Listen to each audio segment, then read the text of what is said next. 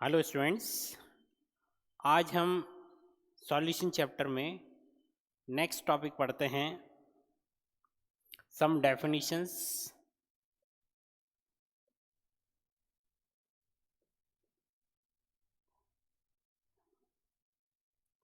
ये डेफिनेशंस जो हमारा टॉपिक है कॉलिगेटिव प्रॉपर्टीज़, उस कॉलिगेटिव प्रॉपर्टीज से रिलेटेड है। सॉल्यूशन चैप्टर में अपने पास 4 कॉलिगेटिव प्रॉपर्टीज़ है। वो 4 कॉलिगेटिव प्रॉपर्टीज़ है relative lowering in vapour pressure, boiling point elevation, freezing point depression and osmotic pressure. लेकिन ये जो मैं टर्म यूज़ कर रहा हूँ कॉलिगेटिव प्रॉपर्टी और relative lowering in vapour pressure, boiling point elevation, freezing point depression and osmotic pressure, पहले इनकी हम थोड़ा सा डेफिनेशंस वगैरह देख लेते हैं। देन हम सॉल्यूशन चैप्टर का main topic core topic start करेंगे कॉलिगेटिव प्रॉपर्टीज। तो स्टार्ट करते हैं। What is vapour pressure?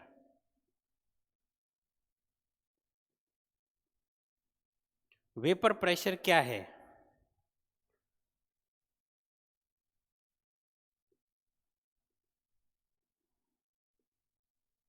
मैंने कहा ये मैंने लिया है वॉलेटाइल लिक्विड। वॉलेटाइल लिक्विड को मैं अगर हीट करता हूं, ये वॉलेटाइल लिक्विड क्या करेगा with respect to time? Vapour बनाएगा। यानी मैं कह सकता हूं ये तो अपने पास है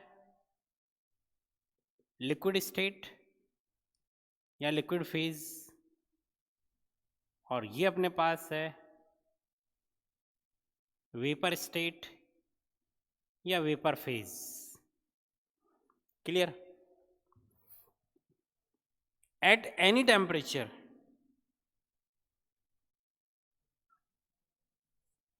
जो सबसे इंपॉर्टेंट बात मैं बोलने चाह रहा हूं जो आप लोगों को ध्यान रखनी है वो यही है, एट एनी टेम्परेचर।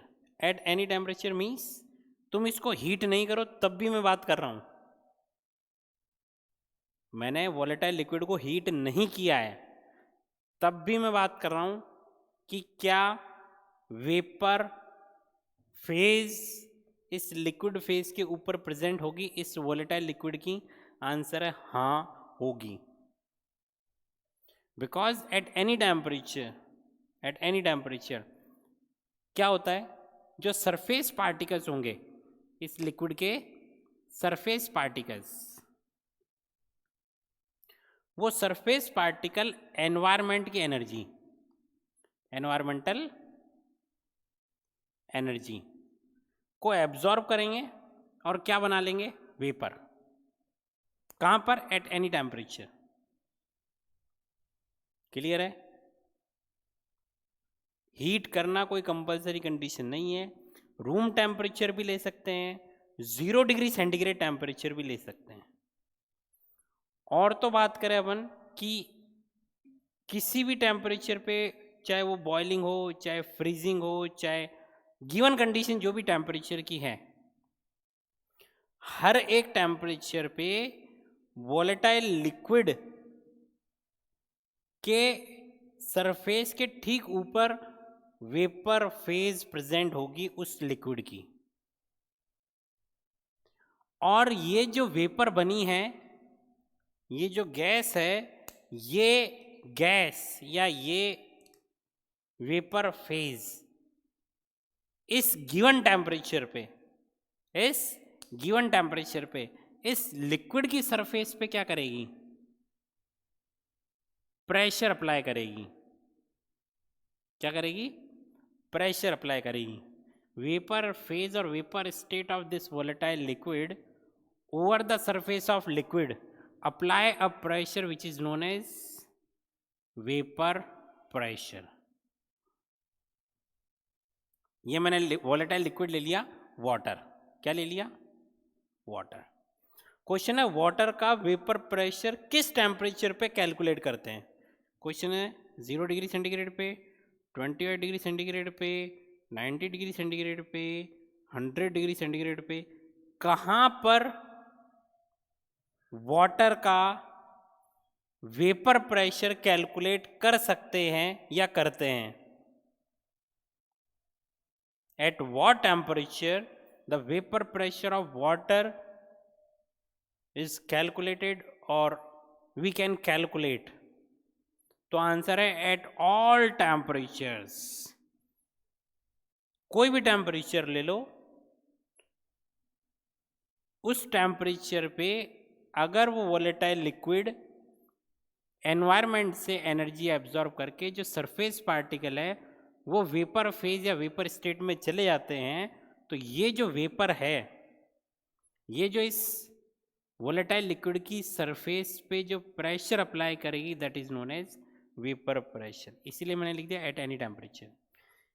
अब हीट अपन कर रहे हैं with respect to room temperature, कोई ज़रूरी नहीं है, लेकिन एक्सपेरिमेंट में जो ऑब्जर्वेशन हम लेते हैं तो रूम टेम्परेचर पे ऑब्जर्वेशन ले लिया। अब देन नेक्स्ट आगे भी तो लेने पड़ेंगे अपने को कुछ ऑब्जर्वेशंस, इसलिए मैंने हीटिंग का ये साइन बना दिया है कि हम इसको हीट कर रहे हैं और वेपर और ज़्यादा अमाउंट में बना रहे हैं। क्लियर है? तो व्हाट इज वेपर प्रेशर, अगर वन लाइन में 1 मार्क के क्वेश्चन में डिफाइन करना हो कि व्हाट इज वेपर प्रेशर, तो कैसे डिफाइन करेंगे? The pressure exerted by the vapors of a volatile liquid over the surface of that volatile liquid is known as its vapor pressure. Clear है? अब मैंने कहा कि what is atmospheric pressure? What is atmospheric pressure? तो सी level पे अपन बात कर रहे हैं, सी लेवल पे। तो सी क्या है? वोलेटाइल लिक्विड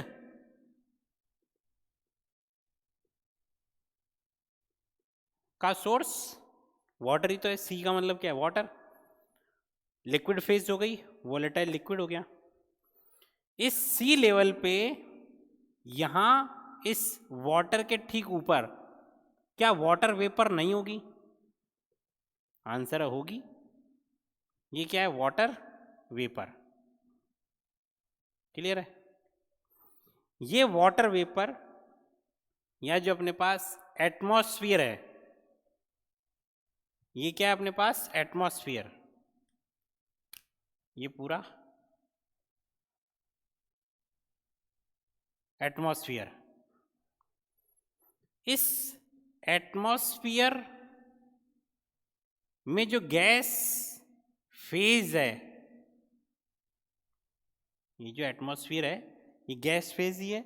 ये जो गैस फेज इस सी लेवल की सरफेस पे क्या करेगी? ये अपने पास क्या है? सरफेस, सी लेवल की सरफेस। ये जो गैस फेज है और ये अपने पास है लिक्विड फेज। ये क्या है? Liquid phase. ये गैस फेज इस लिक्विड फेज की सरफेस पे जो प्रेशर अप्लाई करेगी that pressure is known as atmospheric pressure. This pressure is known as atmospheric pressure. Clear है? और एटमॉस्फेरिक प्रेशर हम क्या लिखते हैं? 1 atm। क्या लिखते हैं? 1 atm। ये 1 atm क्या है? एक स्टैंडर्ड वैल्यू हमने कंसीडर कर ली है एट सी लेवल। किसकी? प्रेशर की। केवल अपन ने अज्यूम किया है एक स्टैंडर्ड वैल्यू 1 atm। अगर बात करते हैं ये 1 atm किसके इक्वल है? 760 mm ऑफ Hg। अब ये 760 mm ऑफ Hg क्या है? जो मरकरी लेवल है, जो मरकरी लेवल है उस मरकरी लेवल की हाइट इन बैरोमीटर, या मैं कह दूं प्रेशर को मेजर करने का जो डिवाइस है उस डिवाइस में मरकरी यूज़ की उस मरकरी के कॉलम को जब कहाँ लेके जाते हैं, सी लेवल पे, तो वो जो मरकरी कॉलम है वो मरकरी कॉलम कितना हाइट पे चला गया, ये कितनी हाइट पे मरकरी कॉलम गया, 760 mm of Hg। Clear. Physics में ज़्यादा डिटेल में ये सब है प्रेशर के बारे में, यहाँ हमको केमिस्ट्री से रिलेटेड बातें करनी है कि सॉल्यूशन के अंदर ये प्रेशर कैसे यूज़ में आ रहा है। मैं ज़्यादा डिटेल में इसलिए नहीं जाऊँगा। तो मैंने कहा कि सी लेवल पे मरकरी कॉलम की हाइट कितनी मिली, 760 mm ऑफ Hg। इस 760 mm ऑफ Hg को ही क्या बोला, 1 एटमॉस्फेरिक प्रेशर स्टैंडर्ड कंडीशन, 1 के रेस्पेक्ट में डिफाइन करने के लिए 760 mm of Hg is equal to 1 atmospheric pressure, यही हम आगे यूज करेंगे। क्लियर है। तो यहां भी ये क्या है, गैस फेज, या मैं कहता हूं सी लेवल पर ये जो वोलेटाइल लिक्विड है, इसकी जो वेपर है, इस वेपर ने इस लिक्विड की सरफेस पे जो प्रेशर लगाया है दैट इज एटमॉस्फेरिक प्रेशर या वेपर प्रेशर। यही वेपर प्रेशर है, ये एटमॉस्फेरिक प्रेशर है। बस कुछ कंडीशंस, स्टैंडर्ड कंडीशंस हमने लगा दी इस वेपर प्रेशर को एटमॉस्फेरिक प्रेशर बोलते टाइम। क्लियर है। अब बात करते हैं वेपर प्रेशर के बाद में हम बातें करते हैं बॉइलिंग पॉइंट की। What is boiling point.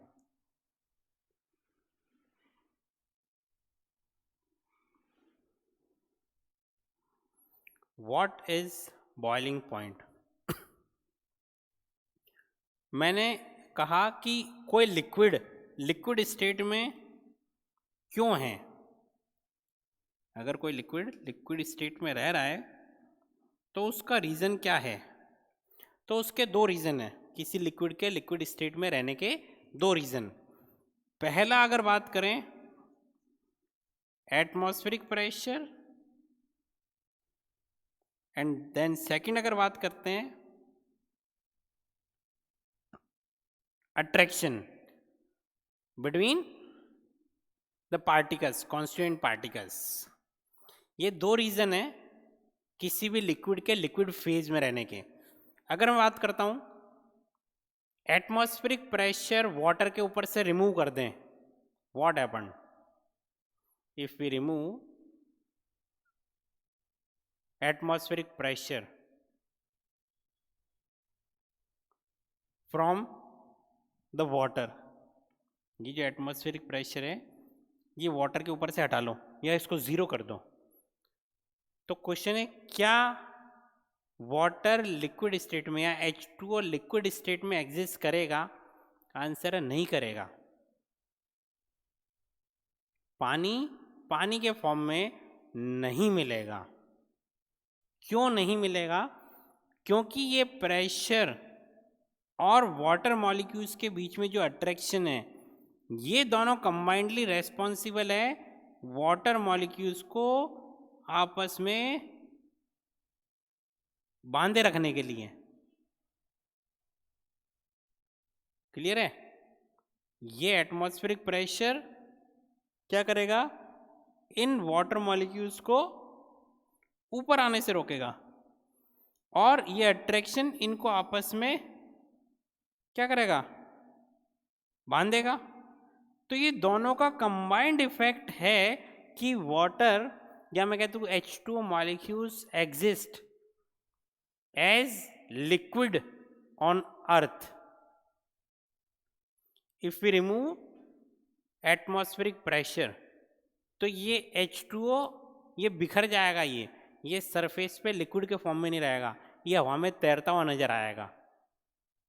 अगर हम ज़ीरो एटमॉस्फेरिक प्रेशर कर दें तो क्या हो जाएगा, ये पानी किस फॉर्म में रहेगा, इस लिक्विड फेज में नहीं रहेगा।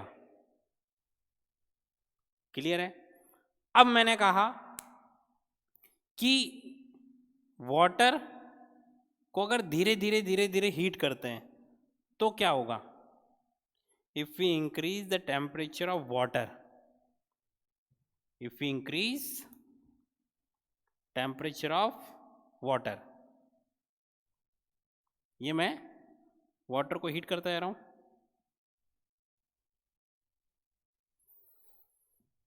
अब तुमको बताया वाटर को अगर मैं H2O को हीट करता हूं, मान लो पहले टेम्परेचर था 25, फिर मैंने कर दिया 50, तो kinetic energy of water molecules क्या होता जाएगा? Increase. Kinetic energy of water molecules continuously क्या होगा? इंक्रीज। क्लियर? वाटर की सरफेस के ऊपर क्या एप्लीकेबल है? Atmospheric pressure. इस एटमॉस्फेरिक प्रेशर की वैल्यू कितनी है? 1 atm। इस प्रेशर की वजह से वाटर मॉलिक्यूल बाहर नहीं आ रहे, लेकिन तुमने टेम्परेचर इंक्रीज करा 25 से 50, धीरे धीरे धीरे और इंक्रीज करो और इंक्रीज करो, kinetic energy of water molecules continuously क्या होता जाएगा? Increase. If kinetic energy of water molecules continuously increases, तो अगर मैं कहता हूं कि जो सरफेस पार्टिकल्स है, कौन है? Surface particles. अब ये सरफेस पार्टिकल्स ये एटमॉस्फेरिक प्रेशर का अगर अपोज करने में कैपेबल होंगे तो क्या होगा? ये 1 atm इस पे प्रेशर, जिसकी वजह से ये वाटर मॉलिक्यूल यहाँ पर है, टेम्परेचर इंक्रीज करा, टेम्परेचर इंक्रीज करते ही क्या हो गया? Kinetic energy increase. Kinetic energy increase, साथ में क्या है? Environmental energy.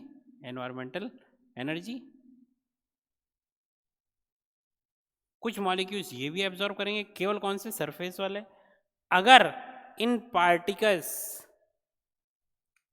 की काइनेटिक एनर्जी इतना फोर्स या प्रेशर प्रोड्यूस कर दे जो इस एटमॉस्फेरिक प्रेशर के इक्वल या उससे ज़्यादा हो, तो बताओ ये पार्टिकल्स क्या करेंगे? जो सरफेस पार्टिकल्स है, सोचना है बस और कुछ नहीं करना हमारे को। मैंने कहा वाटर के ऊपर, ये वाटर है, इसके ऊपर एटमॉस्फेरिक प्रेशर एप्लीकेबल है। ये atmospheric pressure in water molecules को बाहर नहीं आने देता।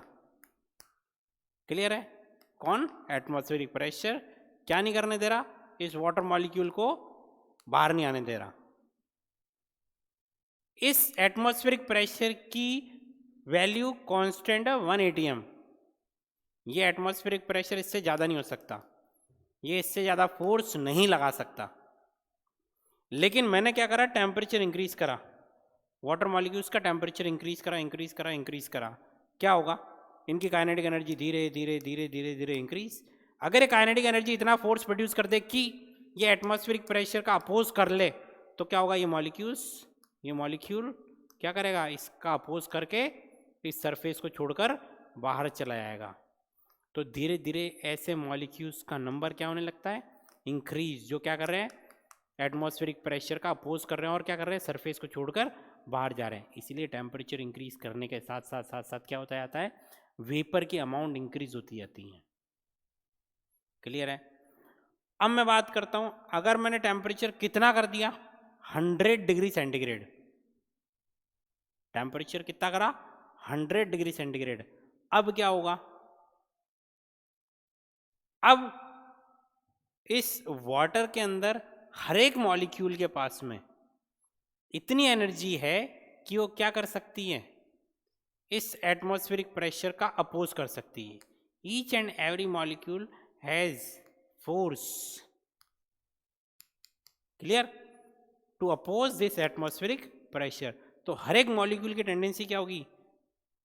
इस लिक्विड फेज को छोड़कर वेपर फेज में जाने की। और वही टाइम क्या है अपने पास? Boiling. That is known as boiling, and the temperature is known as boiling temperature और बॉइलिंग पॉइंट। वाटर के लिए बॉइलिंग पॉइंट क्या है? 100।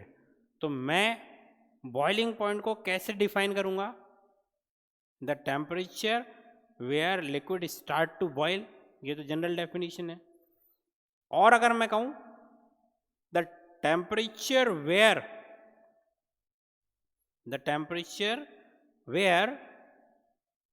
the vapor pressure of a liquid,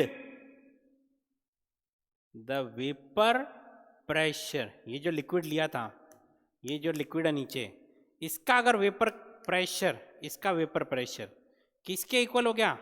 ऊपर कौन है? ऊपर है एटमॉस्फेरिक प्रेशर, ये लिक्विड है, इस लिक्विड का प्रेशर किसके इक्वल हो जाएगा? इस एटमॉस्फेरिक प्रेशर पे। That temperature is known as boiling point.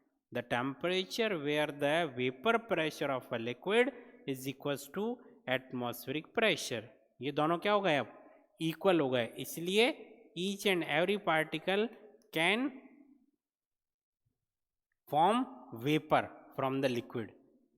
Enough energy to oppose the atmospheric pressure. तो बॉइलिंग पॉइंट की डेफिनेशन समझ में आ गई अपने को? बॉइलिंग पॉइंट की डेफिनेशन क्या है?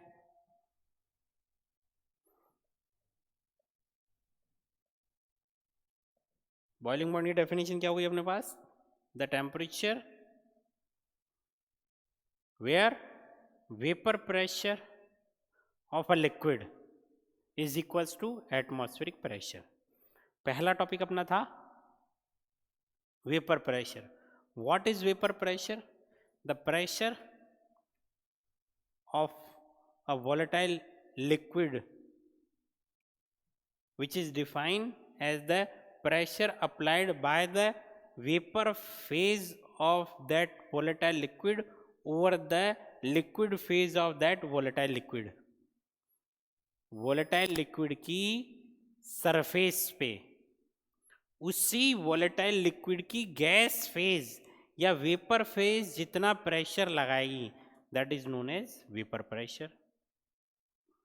अब मैंने कहा बॉइलिंग पॉइंट, बॉइलिंग पॉइंट क्या है? बॉइलिंग पॉइंट अपने पास है the temperature where the vapour pressure of a liquid is equals to its atmospheric, vapour pressure is equals to atmospheric pressure. The temperature where the vapour pressure of a liquid is equals to atmospheric pressure. Clear? Third अपने पास definition आती कौन सी? Freezing point. Third क्या है? Freezing point. What is freezing point? Freezing point क्या है? The temperature where any liquid freeze और form solid state is known as its freezing point. लेकिन इस चैप्टर में जो डेफिनेशन यूज करनी है वो डेफिनेशन है the temperature where the vapour pressure of a liquid phase is equal to its solid phase. The temperature where the vapour pressure of a liquid phase is equals to its vapor pressure of solid phase is known as its freezing point. Clear? Fourth point अपने पास है osmotic pressure. What is osmotic pressure? तो bio वालों को तो बहुत अच्छी तरीके से आता है ऑस्मोटिक प्रेशर, मैथ्स वालों के लिए अपन बात करते हैं व्हाट इज ऑस्मोटिक प्रेशर। पहले अपन बात करते हैं व्हाट इज ऑस्मोसिस। ऑस्मोसिस क्या है?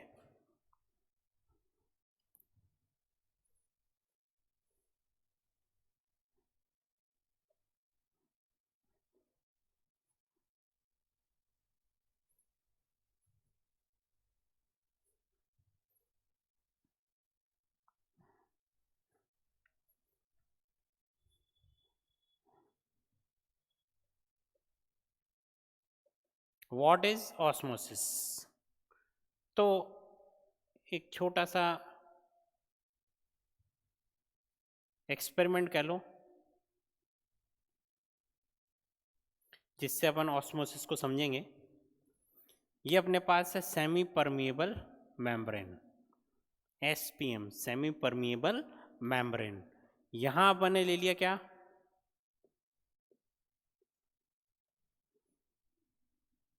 Solution,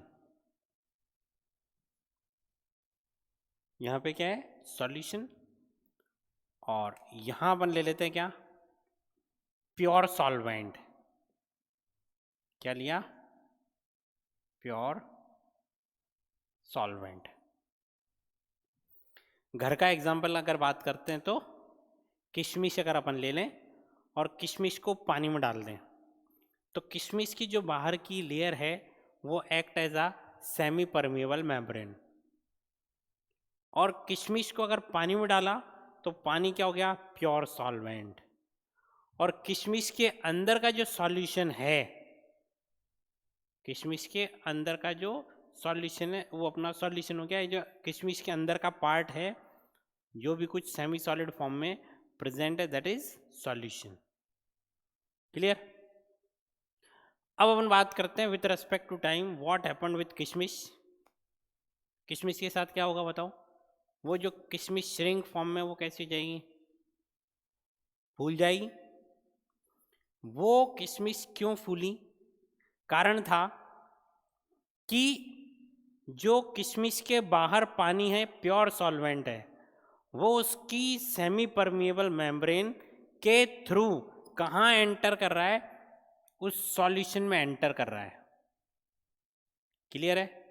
this process is known as osmosis, this is known as osmosis. Clear है। एक और बात हमेशा के लिए याद रख लो कि ऐसा कहते हैं कि ज़्यादा सॉल्टेड वाटर नहीं पीना चाहिए। मान लो कि तुम किसी दिन समुंदर के बीच में फंस जाओ और समुंदर में पीने का पानी तुम्हारे पास ख़त्म हो चुका है और तुमको समुंदर का पानी पीना पड़े, तो क्या तुम वो समुंदर का पानी पियोगे? मर जाना, लेकिन वो समुंदर का पानी नहीं पीना। क्यों नहीं पीना? पानी तो तुम्हारी बॉडी को हाइड्रेट करता है ना। हम जो पानी पी रहे हैं वो हमारी बॉडी को क्या करेगा, हाइड्रेट। लेकिन अगर हम समुंदर का पानी पी लें प्यास बुझाने के लिए या अपनी बॉडी की रिक्वायरमेंट के लिए, तो वो पानी हमारी बॉडी में एंटर करने की जगह क्या करेगा, हमारी बॉडी से पानी को बाहर निकालेगा, डिहाइड्रेशन हो जाएगा।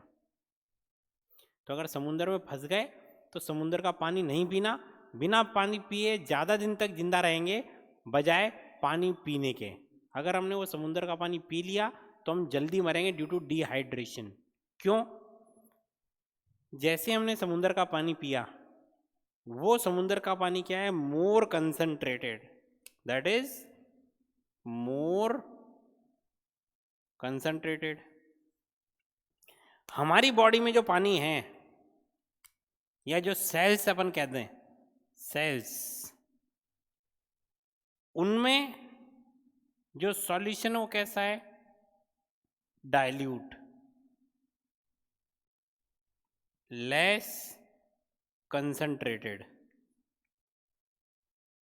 बॉडी की सेल्स है अपने पास, पानी पियोगे जो स्टमक वगैरह है, पूरी बॉडी अपने पास है, उनमें जो सॉल्यूशन है उसकी जो कंसंट्रेशन है वो कम है कंपेयर टू वो जो समुंदर का पानी तुमने पी लिया।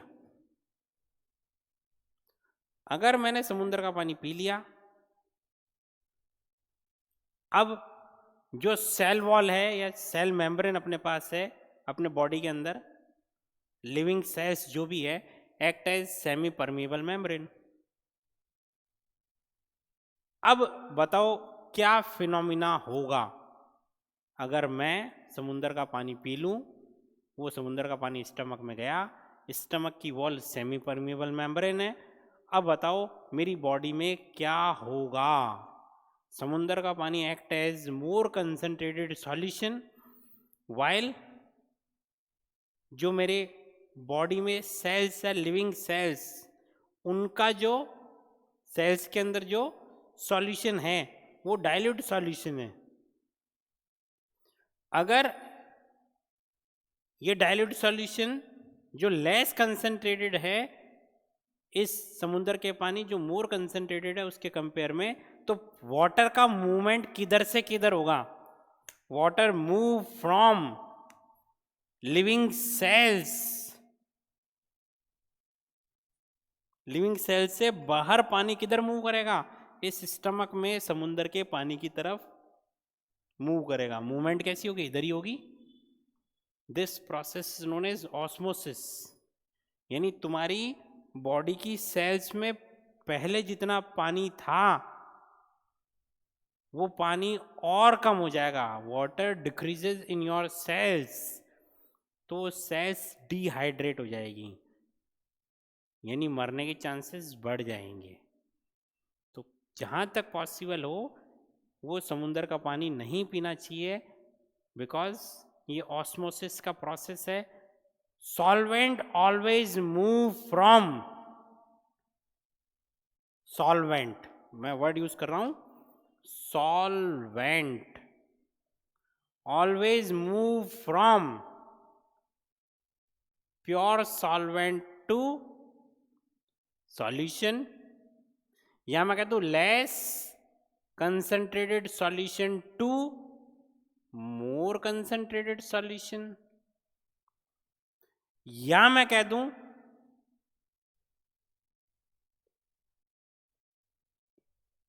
एक और डेफिनेशन क्या कह सकता हूं, solvent always move from it's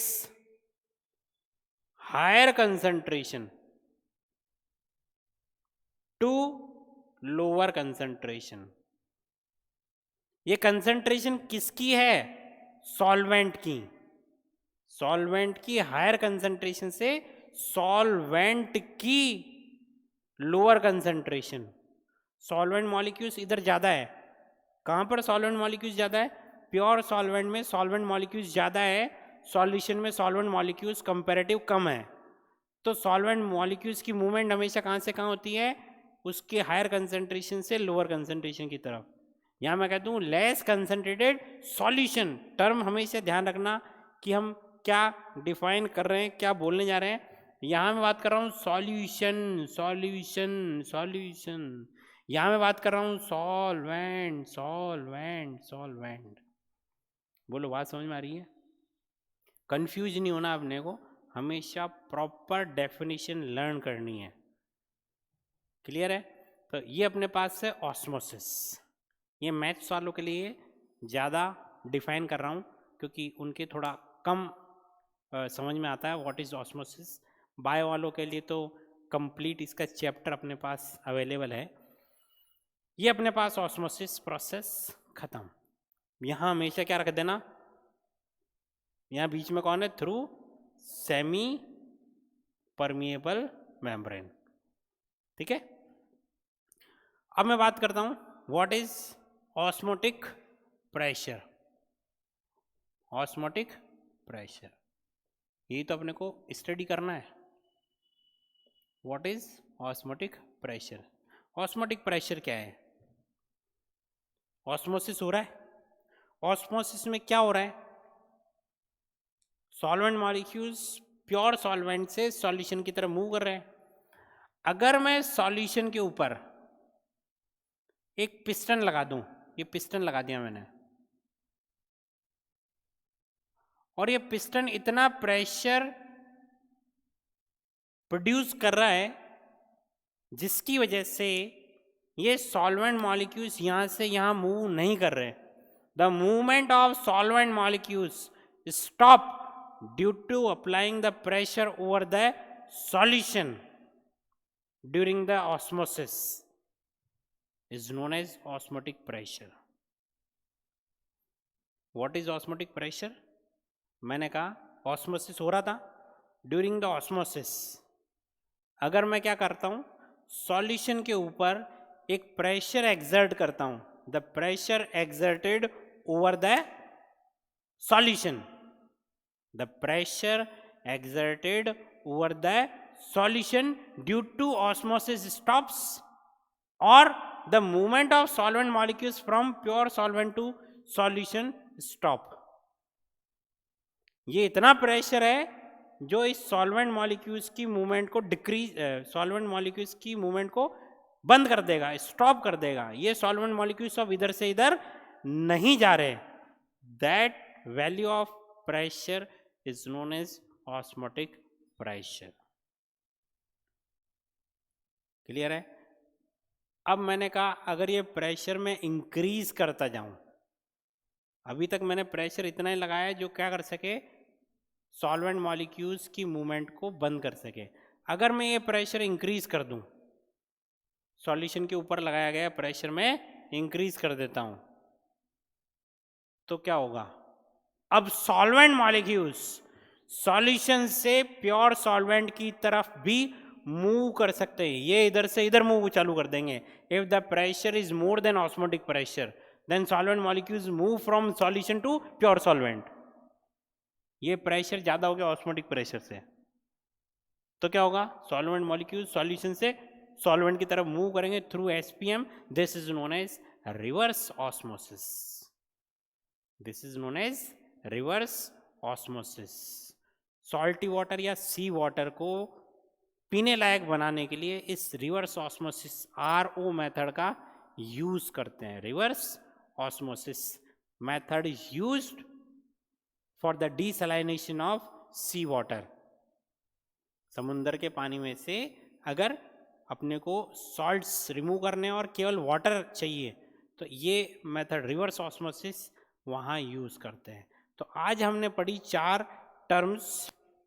पहली थी वेपर प्रेशर, दूसरी थी बॉइलिंग पॉइंट, थर्ड थी फ्रीजिंग पॉइंट और फोर्थ थी अपने पास ऑस्मोटिक प्रेशर। वेपर प्रेशर क्या है? Pressure of a volatile liquid produced by the vapor phase of that volatile liquid over the liquid phase, surface of the liquid phase of that volatile liquid।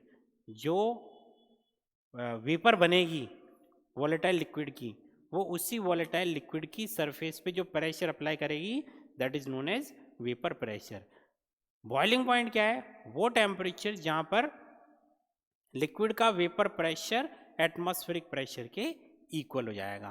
Third अपने पास था freezing point, the temperature where the vapour pressure of a liquid phase is equals to solid phase of a volatile liquid is known as its freezing point. And fourth अपने पास थी osmotic pressure, pressure over the solution which is able to stop the phenomena of osmosis और which stop the movement of the solvent particles which move from pure solvent to solution। तो ये अपने पास 4 definitions थी। अब हम बात करते हैं कॉलिगेटिव प्रॉपर्टीज और उसमें यूज होने वाले रूल या लॉ की, that is known as Raoult's law. पहले हम राउल्ट्स लॉ की स्टडी करेंगे, देन हम उसका यूज या उसकी एप्लीकेशन कॉलिगेटिव प्रॉपर्टीज में करेंगे।